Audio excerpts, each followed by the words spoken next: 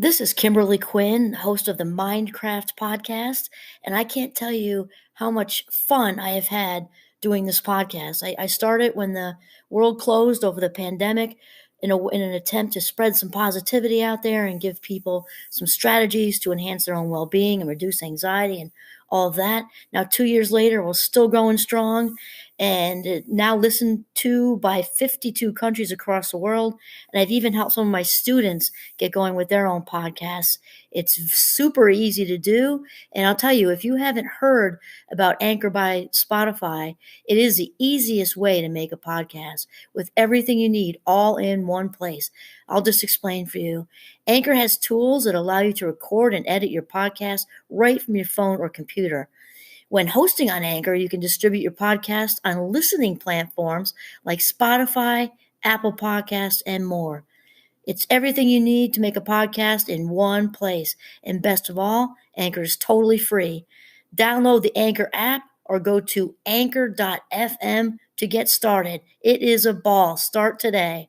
Greetings, Minecrafters, and welcome to another Minecraft discussion on this lovely July morning. This is Kimberly Quinn, and I am thrilled to have a conversation with you again about how we are wired for spirituality. And based on that, I've been reading this book by Lisa Miller called The Awakened Brain, and I've just added to my list of great teachers. She's just amazing.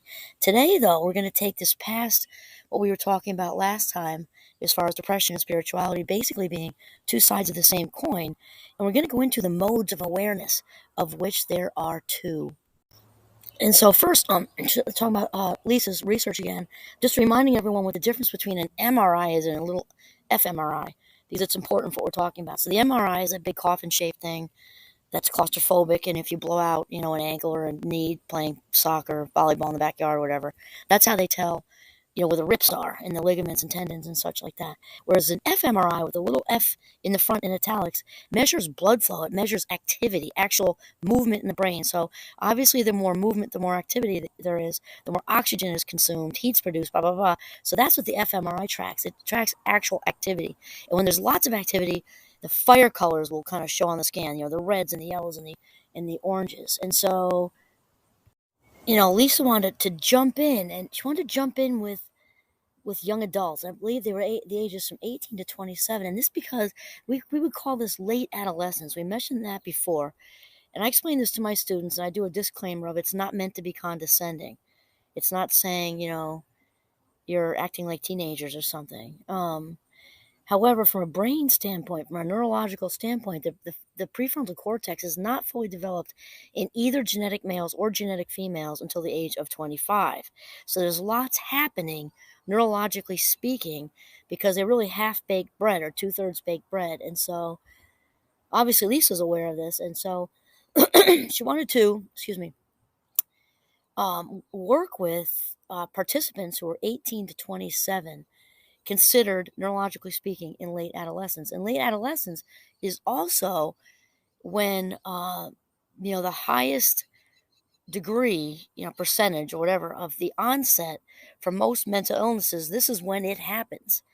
The depression, the anxiety, all that stuff in the sort of traditional college years is when most of this stuff surfaces. This is also when spirituality often deepens. And so what a great, there's a loud bird over there. She's singing a beautiful note.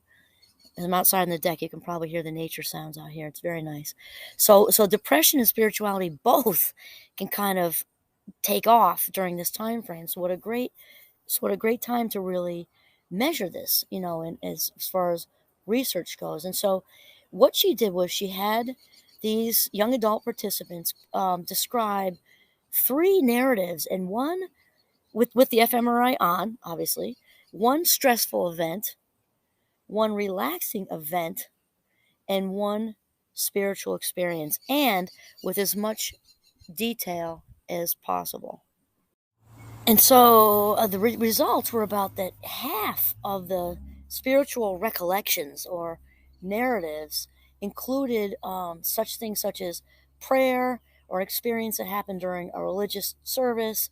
And then there also was a lot of sort of reporting or emphasis on sounds, such as bells, singing, or singing of prayers. And I have to tell you, I have a student who, just this past semester, she was very into sound bells. I think her father gave them to her for her birthday.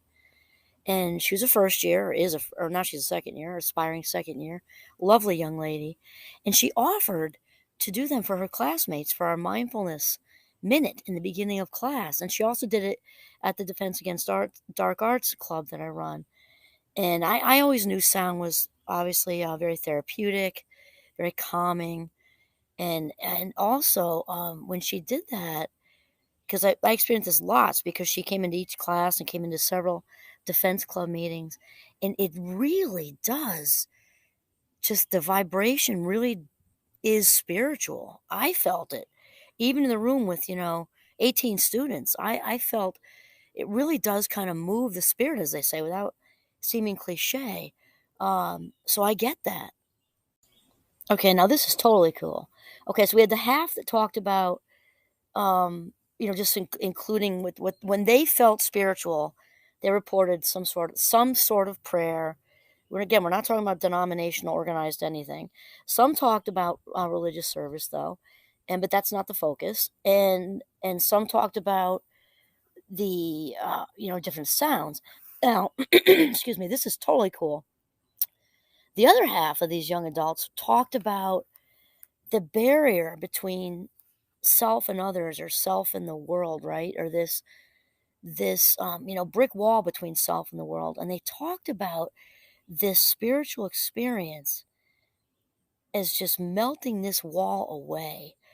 And that is so cool. And if you remember with the last episode, we were talking about the certain areas of the brain, and specifically Lisa looked, so she's looking at perception, orientation, and then reflection. So we talked about the occipital lobe, which is in the back of the head, responsible for kind of integrating our visual sensory experience into something we can quote unquote see, right?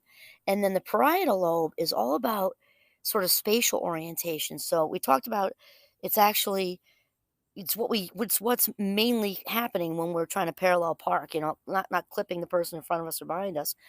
But the precuneus part of the parietal lobe is also responsible for reflection.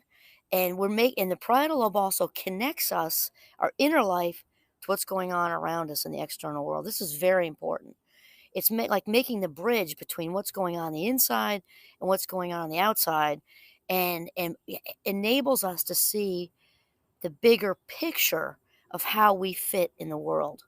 Okay, so this is totally cool and something I can definitely relate to myself, is that the roughly other half of the personal narratives about the spiritual experience that did not involve the prayer or like a religious service or something like that were like heavy on the nature experience, spiritual awareness in nature, like the mountains, or being in the woods, bodies of water such as the beach, or even in an urban area, a pond. You can be in Central Park and take in nature, right?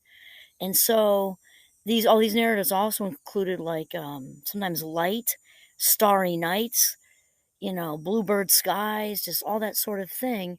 And the message reported by these young adults was that you are a part of everything around you, and it is all a part of you. That's what Lisa Miller says. You're linked with the trees, the rocks, the mountains, and the sky. You are just a speck in the universe, yet the universe is all within you. And that's just awesome. And so there you have it, these spiritual experiences, and they're measured on the little fMRI scan. Beautiful. And then Lisa talks about so we had like almost half with the prayer and religious service experience, and then the almost other half talking about just the whole nature thing with the sky and the mountains and all that. And then there were a few that didn't really mention either one of those too much, but were more focused on the feeling of transcendence that they felt, um, like at a sporting event or immersed in music or something like that. And again, the emphasis was on the feeling or experience of being a part of something larger that went beyond the body. into like talking about the sporting event, like a cheering crowd and the roar of that. Or I'm thinking when our daughter and I ran a marathon with just these strangers, never going to see them again, more than likely, right? Just yipping for you and everything like that. You really do feel such a crazy connection. And then the other one with music, I've heard that a lot from people. My students talk about the music thing actually, but the idea of transcending, right? Meaning rising above and entering into this realm of a sensation of being part of something bigger than all of us is awesome. Okay, so I'm just going to read this quick little excerpt from Lisa Miller's book. Remember, it's called The Awakened Brain. She's now one of my new great teachers added to the list. So Lisa says, she says, no matter whether the spiritual experience was secular or religious, whether it took place indoors or in nature, in solitude or with others, all of the spiritual narratives shared important themes and physical sensations. Physically, the participants felt warm, calm, energized, and more alive. Their hearts beat faster, their senses sharpened, their nagging thoughts disappeared. Emotionally, they experienced clarity, awe, openness, peace, and unity, and felt a powerful sensation with, and sometimes overwhelming, love for other people, a higher power, or their surroundings. That I just love that. That's what we're talking about. This transcendent feeling, which is also, it's just amazing how these brilliant minds think alike. Abraham Maslow in his pyramid of needs, hierarchy of needs, his very top one is transcendence of self. He has the self-actualization as one before that, coming into how we fit in the world, blah, blah, blah. And then it's the transcendent piece where we realize that's the top pinnacle of the hierarchy of needs so I like how he also says needs, Abraham Maslow, because we need to feel as if we are part of something bigger. That's what we're talking about here. It also, when we realize there's a higher power, creator of all things, source of the capital S, whatever you want to call that universe, it also takes the pressure off. Okay, so then Lisa continues, boundaries dissolved. It wasn't just that they felt a sense of ease or peace or of an absence of pain or agitation. It wasn't just that it was a nice day or the sun was out and the flowers smelled good and they felt happy. There was a specific meaning attached to the physical and emotional experience, a feeling of oneness with the environment or the divine, a sense of their own individual voice or identity or presence dissolving into something larger around or beyond them. They narrated direct felt experiences of oneness, moments in which they had an awareness of moving from a point to a wave. I love that. Moving from a point to a wave. And they narrated an attentional pop of awareness, moments of sudden guidance when a problem or conflict or question resolved in an insight or realization. See, I love that. And my friend Tom, I've talked about him a lot with his work on synchronicity, because once we sort of get it, really get it, that we're all connected in a divine sense. Again, I'm not talking about organized religion. I'm talking about realizing, that there's a universal energy source, right? A higher power. Once we actually get that, the green lights really start to show up. And my friend Tom talks about the green lights as being um, providing guidance. Like, okay, like it's if you've ever had that experience just out there in regular life, you have these moments of synchronicity or serendipity where you just know you're meant to talk to that person, you're meant to go this direction, you're meant to show up at that coffee shop. You just feel it. You're not thinking about it, you just feel it. And from whatever that experience is or whatever, being pointed in that direction, out comes something that was good for you. And you just have this aha moment that you were meant to be there in that place at exactly that time. And it's only when we get that we are part of this divine connection do those green lights start to show up. Or also there's red lights, but we'll get to that later. So then Lisa says, I'll just repeat this last one. They had a pop of awareness, moments of sudden guidance when a problem or conflict or question resolved in an insight or realization. And then she has in quotes, and then I realized that I'm held and God has a plan for me. And suddenly I knew that I'm part of all life and that I will find my direction and that I will find my direction. And so A lot of I just oh my god, I just love this book. And so Lisa Miller, basically and her team found out that whether these young adults had this, engaged spiritual experience in an actual, church or temple service, whatever organized religious service, or I'm thinking of myself on the chairlift. Oh my God, I feel so spiritual on the chairlift, and also in the trees skiing, also in church for me.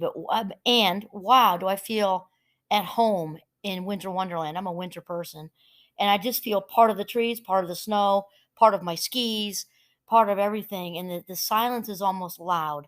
I can't even explain it, but she found that whether it's like that in nature, like a cathedral of nature, which in those of us skiers who ski the trees, we call it the canopy effect, and it's just the most gorgeous, church or temple ever, or whether they had a structured thing that it was really they're all saying the same things as far as what it felt like, that we felt a certain belonging, a certain oneness with the universe, source, God, however you want to say it. And I love how this too, Lisa talks about it being a matter of choice. In the times when people don't like when I say that about happiness, too, and that you don't understand it. Yes, I do. The thing is, no matter how we are wired, and we are all wired differently, and some of us who have something extra to deal with, I myself am a card carrying member of the Fast Mind Club, and it certainly takes more effort on some days than others. It still comes right down to it. And she talks about her research, and there are people from different socioeconomic backgrounds and genetics and, family and environment and IQ and this and that and that and this and whatever. And that when it comes down to it, it mattered what the participants saw and sort of how they experienced the whole thing and how they sort of grabbed the reins on their own inner life. So by making a choice, a perceptual choice, this same participant, this young adult, could either be awake, experiencing this wonderful spiritual awakened brain, or be really strung out. Okay, and so Lisa Miller, she is totally added on my list of people that I really, really, really want to have a lengthy lunch with. Oh my gosh, I would just love to have such a conversation with her. Okay, so there are two modes of awareness of the awakened brain. There are two modes. And what's interesting is we do need them both. We just have to kind of keep a handle I keep a handle on both of them. And the first one is called, Lisa calls it achieving awareness. And that sort of is about the perception um, that our purpose is to kind of have some organization and gain control over our lives. Uh, so when she talks about that, like when we live through this mode of awareness, achieving awareness, that our basic, more foundational concern is about the question of how can I how can I get and keep what I want? That's really what it's about. And this mode of awareness is obviously very useful, very practical, and often necessary. It sort of provides us with focus, like a focused attention and commitment, the commitment that's necessary to achieve, goals and to allow ourselves to, like kind of direct our engagement and attention and energy to a specific task. Like an example she has here is like to study for an exam or finish a project or to, jump in the car and get someplace on time or to rehearse or practice a skill. That we need the achievement awareness, to kind of do the world basically. And now this is important because we need the achieving awareness. We need the achievement awareness. And it's also important to realize that when it's overused, like kind of like when we lean too heavily on achievement awareness, and using it sort of exclusively, that this can override and change the actual structure of the brain, which is obviously not what we want. Carving the pathways for one to be depressed and maybe anxious. Of course, anxiety and depression go together like peas and carrots, or to carve the way for stress and craving, actually. So when this is out of whack, achieving awareness can be narrowly focused and sort of derail us from the bigger picture. Become kind of making us become obsessed with same track thinking and ideas, also help or contributing to sort of this place of never feeling satisfied, as well as loneliness and isolation. That's huge. At least in the US right now, loneliness is actually an epidemic, right? Epidemic, right up there with heart disease and obesity and smoking as far as the cause of death. So it's important to keep this in check.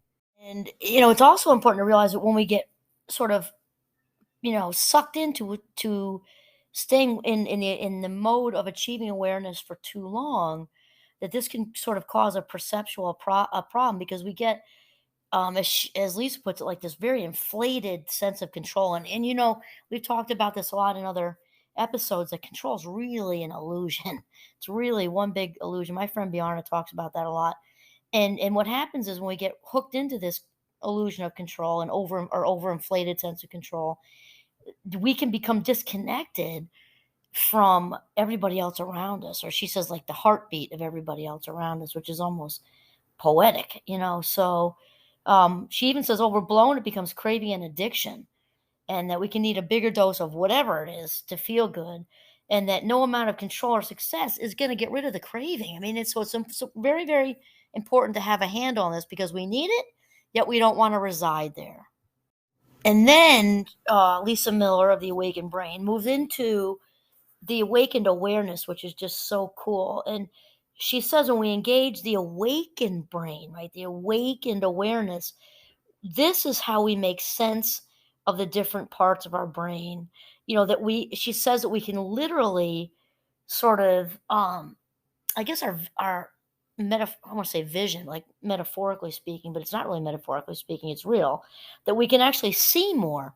Kind of when we engage this part of this awakened awareness, we are better able to integrate information from multiple sources that are coming through our perceptual pathways. So therefore, instead of seeing ourselves as these, solo makers of our journeys, we begin to see ourselves as seekers along the journey or path, and that we look across this, broad landscape, and kind of ask this question: what is the universe or life trying to show me now? What's going on?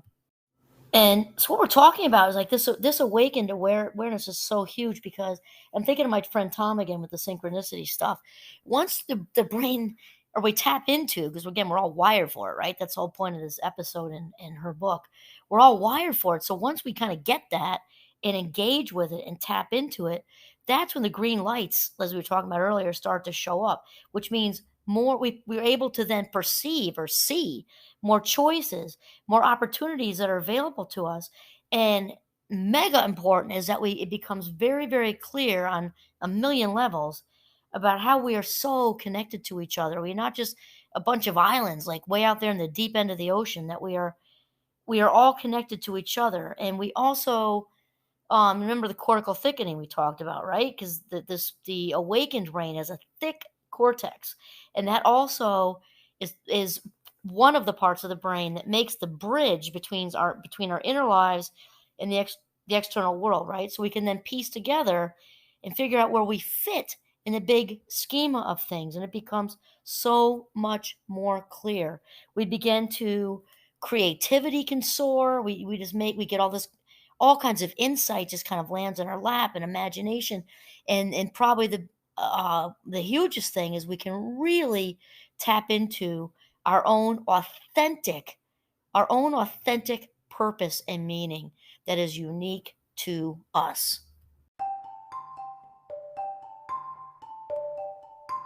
So the bullets in bold here is that we need both of them. We need achievement awareness, and we need awakened awareness. And again, with the awakened awareness, we kind of get it that we are basically, just woven. I think she says woven into this fabric of universal divine knowledge, and that we are never ever really alone. We can feel like that. We need to shift into a place of engagement, because we are not alone. We're absolutely not.